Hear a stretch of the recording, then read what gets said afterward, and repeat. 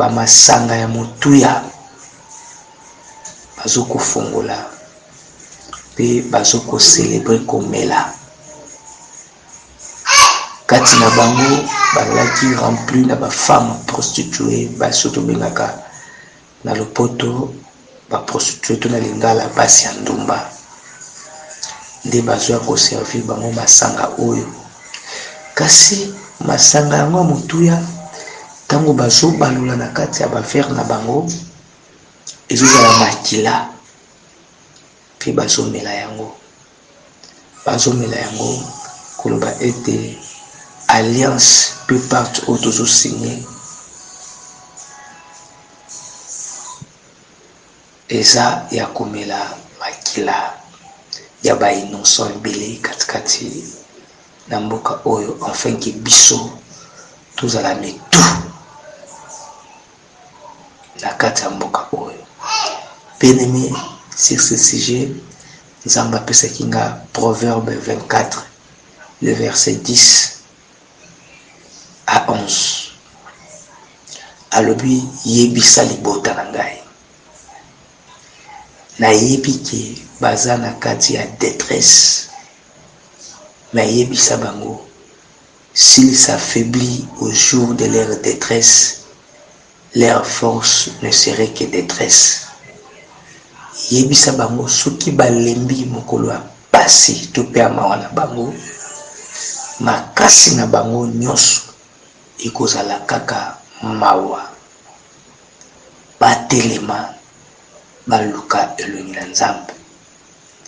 Pe kati ya mboka oyo tokoriske to perdre bato ya motuya. Mais bato oyo sima kotalisa nga mabomba mpe makambo oyo ezolingi esalama, bayebisi ngai soki botelemi boleli na mitema moko na motema kofungwama boluki elongi na Nzambe, Nzambe akomimonisa. Bayebisi nga balobi tala sort oyo kokomela bato oyo bazolinga batelemela bino soki bino botelemi pe nous faire face contre bango. Tala sort ekokomela bango. Namoni bazwi bato na bango bazalaki nango na maboko nyonso minei, babwaki yango na katikati ya esika engumba to pe esika dessin ya mboka esalamaki. Ntango babwaki yango namoni lokola baeko ya tonnerre bakaki ebimi mpe batremblement esalami na mabele ya mboka oyo. Ayebisinga lobi bayebisinga bi omoni makambo esalami ekozala frappe lolenge bakokweya liboso na bino soki bino botelemi mpe bozwi conscience ya koluka Nzambe na solo, ya kozala moko bomoko. Sort ya bato oyo ekozala boye. Namoni basoda oyo bakotaki na teni bazalaki disperse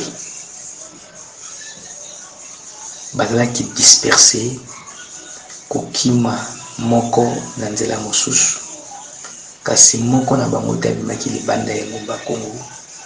Bango nyonso misusu basilaki kokufa, misusu basilaki kokangama. Mais mission na bango koya na kati ya mboka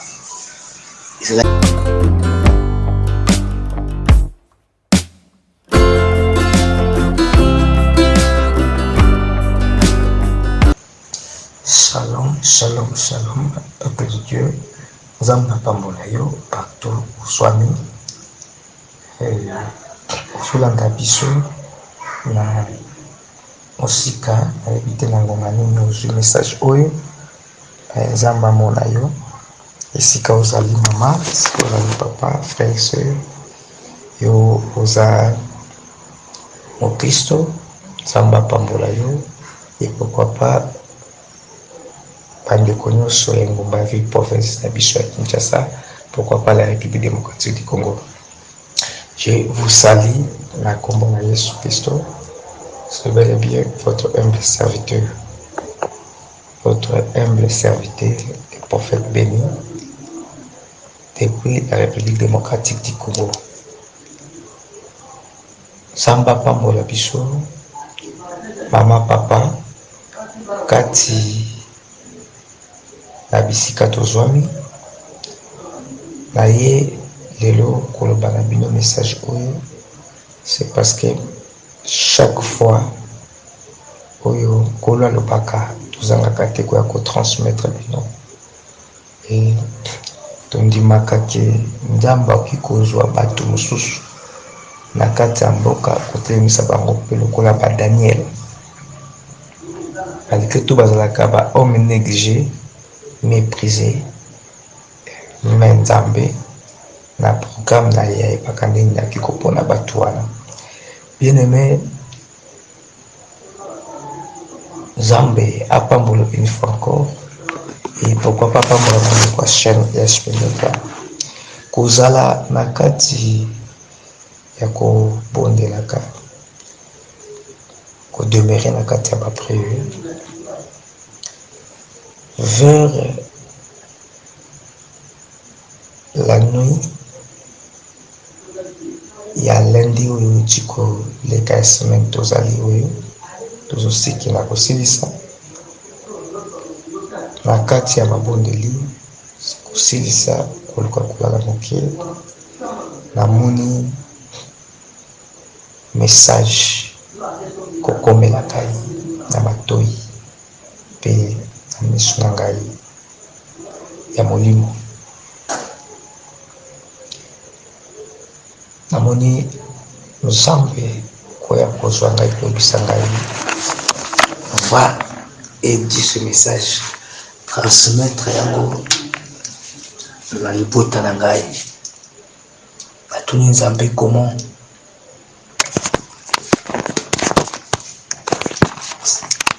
loka koya mpe kotransmettre un message ayebisinga lobi prenez ce verset tanga yango mpe pesa message oyo yebisa engumba na yo mpe esika capitale ya mboka no ezali, bato batelema mpe babondela makasi. Bien-aimé, na kati ya vision mpe emoniselo oyo namoni porte ya chambre ezalaki efungwami, namoni 4 personnes, bato minei bakoti, nsima kokota balataki pembe me bazalaki na bacourte taille, basimbi nga na loboko, bapemisi nga libanda ya ndako mpe ya lopango, bayebisi ngai yaka toki komona nini oyo eza prépare mpe nini oyo ebongisami ekoma katikati ya mboka mpe engumba na yo. Namoni bango na maboko bazalaki na banzete lokola koloba babaton, lokola ya babaton oyo bato nakoki koloba koma babaton oyo bato basoda oyo basalaka babetaka badirijaka, voilà les dirigeants baton bazalaka na yango wana. Namoni moko na bango asi présente liboso na ngai, ayebisi ngai simba miso na yo, nasimbi miso, ayebisi ngai efongola, nafungoli, ayebi na ngai tala, natali namoni bazolakisa ngai carte ya Congo, mais pendant que bazolakisa ngai carte ya mboka,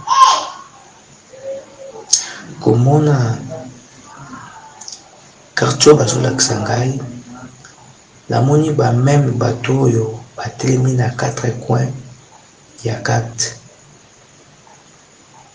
mais carte yango esali lokola mai monene to pe fleuve ya monene. Bango batelemi na bacoin pe pendant ki batelemi na bacoin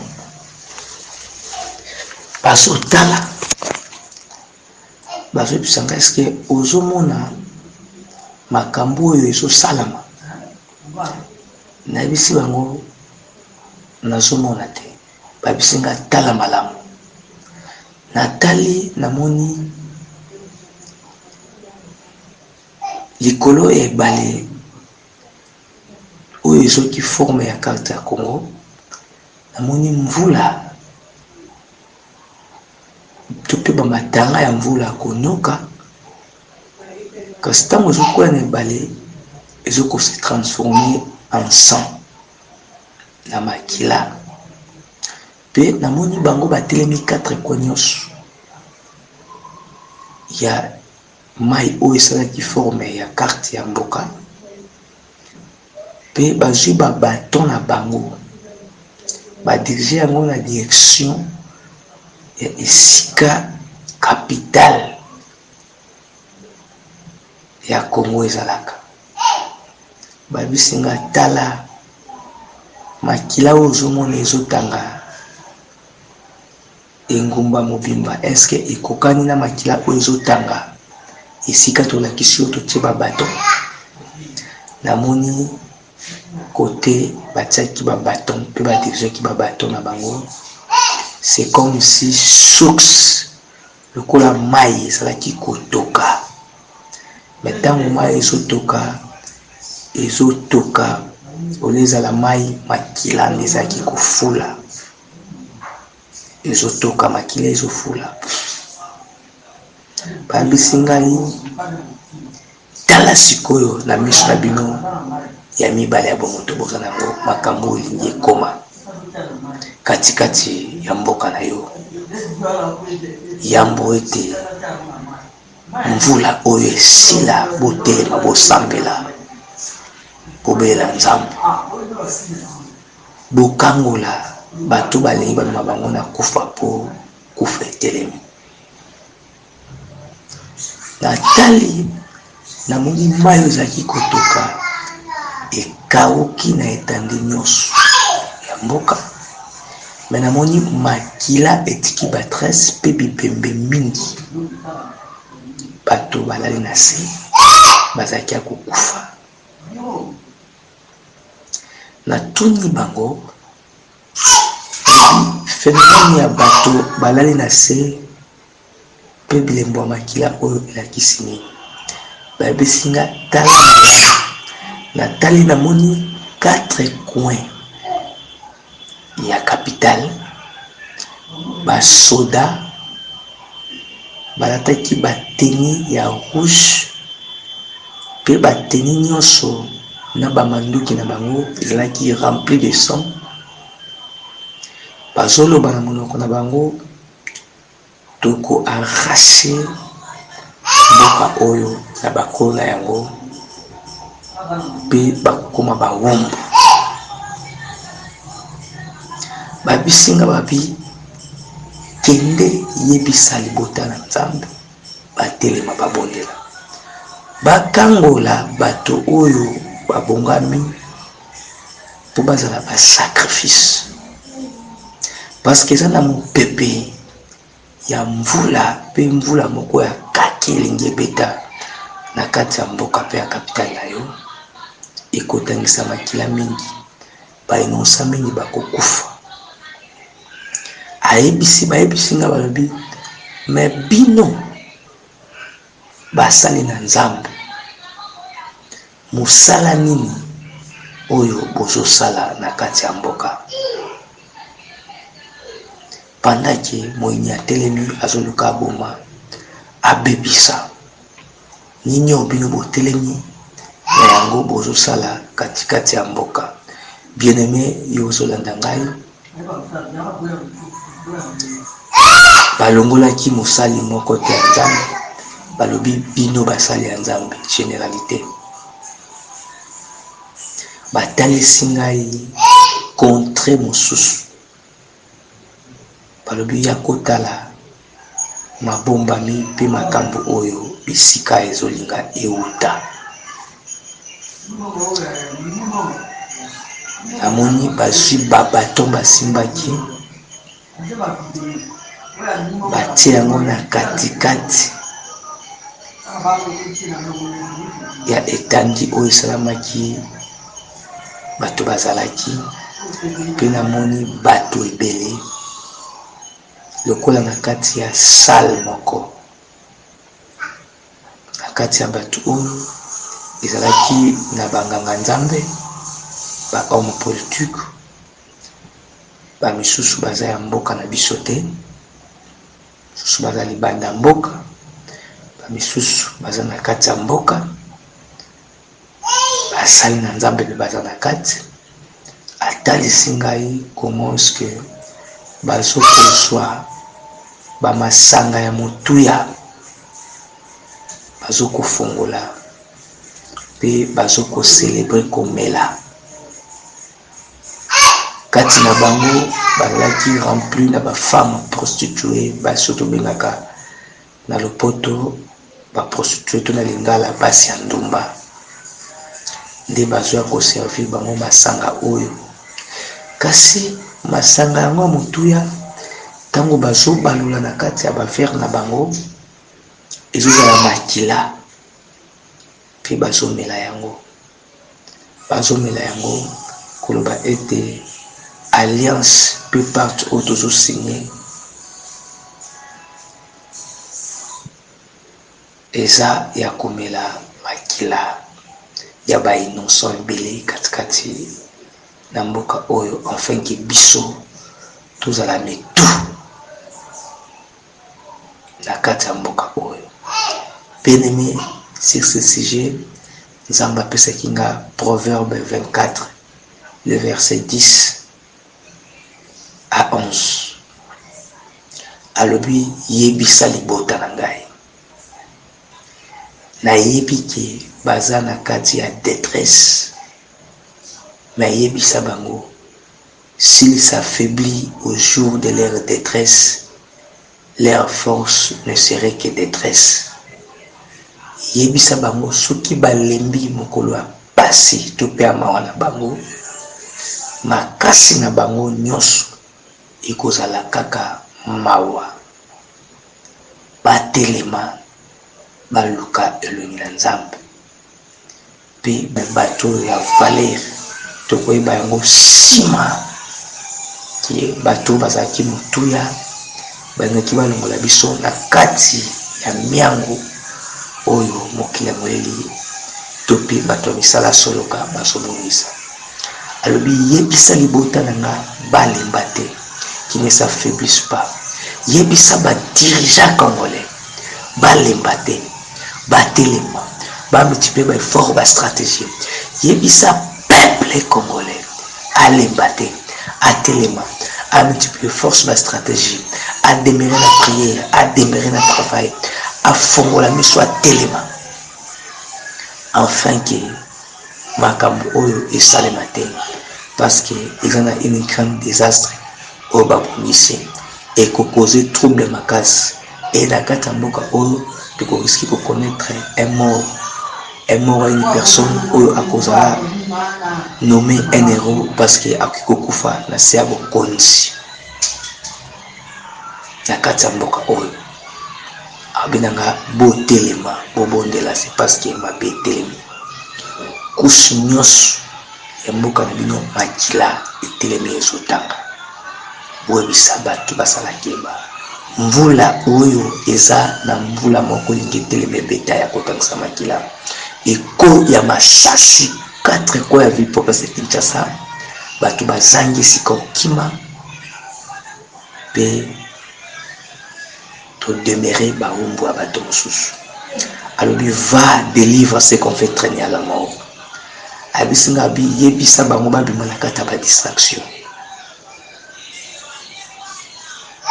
Dans la kitine le verset 24, le verset 11 du Proverbe 24, bah commis sauve ce qu'on veut égorger et délivre ceux qu'on veut traîner à la mort. Kati ya mboka oyo tokoriske toperdre bato ya motuya. Mais bato oyo nsima kotalisanga mabombami mpe makambo oyo ezolingi esalama bayebisi ngai soki botelemi boleli na mitema moko na motema kofungwama boluki elongi na nzambe akomimonisa. Bayebisi nga balobi tala sort oyo ekokomela bato oyo bazolinga batelemela bino soki bino botelemi mpe bofaire face contre bango. Tala sort ekokomela bango. Namoni bazwi babato na bango bazalaki nango na maboko nyonso minei babwaki yango na katikati ya esika engumba to mpe esika dessin ya mboka esalamaki. Ntango babwaki yango namoni lokola baeko ya tonnerre bakaki ebimi mpe batremblement esalami na mabele ya mboka oyo. Ayebisinga lobi bayebisinga lobi omoni makambo esalami ekozala frappe lolenge bakokweya liboso na bino soki bino botelemi mpe bozwi conscience ya koluka nzambe na solo ya kozala moko bomoko. Sort ya bato oyo ekozala boye. Namoni basoda oyo bakotaki na teni bazalaki disperse kokima moko na nzela mosusu, kasi moko na bango te abimaki libanda ya ngomba Kongo. Bango nyonso misusu basilaki kokufa, misusu basilaki kokangama. Mais mission na bango koya na kati ya mboka ezalaki koya kodestabilize baoyo bazotambusa mboka mpe bametre a terre badirija wana.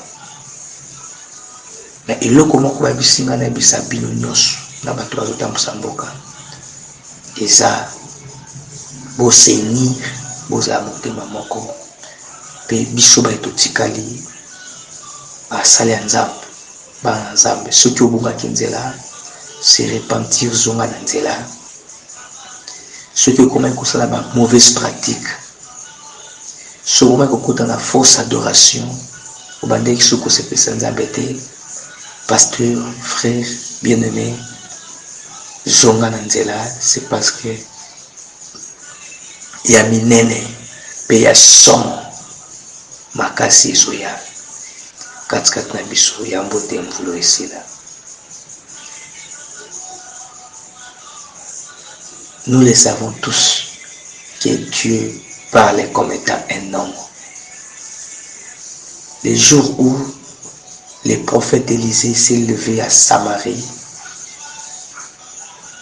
il a dit aux gens, demain il y aura à manger ici à Samarie en abondance. Un officier qui se tenait tout près du roi lui a dit, que veux-tu dire, l'homme de Dieu? Que le Seigneur fera des fenêtres dans les ciels pour nous faire descendre de la nourriture. Mosali ya nzambe olingi oloba nini? Kolo akofungola ba fenêtre likolo po akitela biso biloko ya kolia. Mais mosakoli ayebisaki ye, tu le verras dans tes yeux, mais tu n'en mangeras point. Bien-aimé, kolinga te omona makambo oyo na miso, parce que okozala na temps ya kosambela susu te, okozala na temps ya kose rappele susu te na message oyo nazopesa yo. Ekozala pasi pe kolela pe bangona na biso soki balongi bakobeta maboko. C'est parce que esi bazwi bato katikati ya mboka oyo pe penepene ya gouvernement actuel esi bacorrompre bango batalisi bango baintérêt oyo lobi nango ekoboma bango. C'est juste pour que badétruire mboka oyo. Oza opposant, oza la majorité, oza qui que tu es ou que tu soyez, unissons-nous, prions Dieu et mettons notre main dans la pâte pour que tout le monde contribue ma bongisi oyo baso bongisa na mboka oyo balingi mboka oyo biso baetovandi lokwa babita na yango to disparaître kasi bato bayebisi ngai nzambe aza na contrôle. Et nsima na bango kosisa kopesa na message namoni bazwi mikongo bapesi bandai kotala katikati ya mboka me bapesi mboka.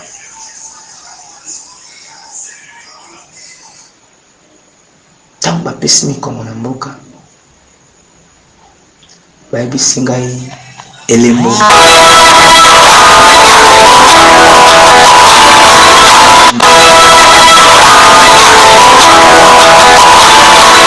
wakozanga botosi, babisi nga elembo wakozanga botosi oyo ekokoma soki bino bobeyi te na mongongo na Nzambe mpe na makambo Nzambe azotinda mpe na eveil oyo Nzambe azosala bino. Biso tokopesa bino mokongo me tala nsima kopesa bino mokongo makambo ekosalama. Namoni bakangi bato ebele mpe baenferme bango lokwa na prison mpe mboka ezalaki na maboko ya bango na mboka etikalaki na maboko ya bango na totelema tobondela. Bible lobi na Jérémie 33:3 invoque-moi, je te répondrai et je te montrerai des grandes choses, des choses cachées que tu ne connais pas.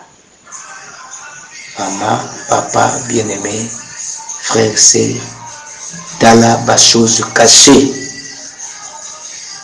Ba choses cachées oyo Nzambe abimisi pour révéler ngai na yo tozwa conscience. Que le Dieu du ciel vous bénisse, qu'il bénisse tout le monde. Apambola bandeko oyo bazwi message oyo asambeli ete message oyo na matoi na bino ezala bakake te kasi ezala lisible mpe compréhensif na matoi na bino afin ke botelema bobongela mpe bandeko mosusu totelema biso bato totambusa mboka tozwa conscience sino te bana na biso misala na biso banyama na biso mpe mboka na biso ekozala na se ya kotangisa makila ya makasi mpe makambo ekoya tokoka kosupporte yango te tokokoma disperse, on deviendra un peuple inutile. Nzambe na lola azala na contrôle yo atalisaki amona bino avisite mpe alongola mabe olingi telema apesa bino makasi atika biso na faiblesse te atemisa biso na losambo. Nzambe apambola bino de partout, apambola bandeko ya bachaîne oyo bazoko recevoir biso na message oyo. C'était bel et bien votre humble serviteur, le prophète Béni. Le numéro est plus 243 89 858 76 18. Plus 243 89 858 76 18. Parfois, oza na motuna parfois aux en a besoin d'orientation pour bosangana pe bobonde la tina message oyo kokoki kobenga biso tokobenga, ce n'est pas un problème tokoyamba yo. Et esika ozali yo oyo mesana kozala na bajeune na bapriere mpona mboka na yo, kolemba te, kose fatike te, telema tosambela mpona mboka oyo. Nzambe alongola mabe a remplace malamu. Solo nayebi ke na Yesu Kristo tokolonga mpe na kozala bomoko. Meme Nzambe alobaki bato oyo bakoki kotonga mpe ndako mpe makanisi na bango oyo bazokanisa ekokisami na temps ya tour de Babel. Tosangana tozala ini, que ce soit dans le monde politique, que ce soit dans les églises, que ce soit dans des communautés, dans des quartiers, dans des provinces. Tozala ini, c'est parce que Satan a telemi koluka mabe katikati ya mboka oyo. Na kombo na Yesu Kristo nde napesi yo message oyo. Nzambe asimba yo, apongisa mitema baye baza na baproblème. Nzambe akota apesa solution. Nzambe abundela biso katikati ya mboka oyo na kombo na Yesu Kristo.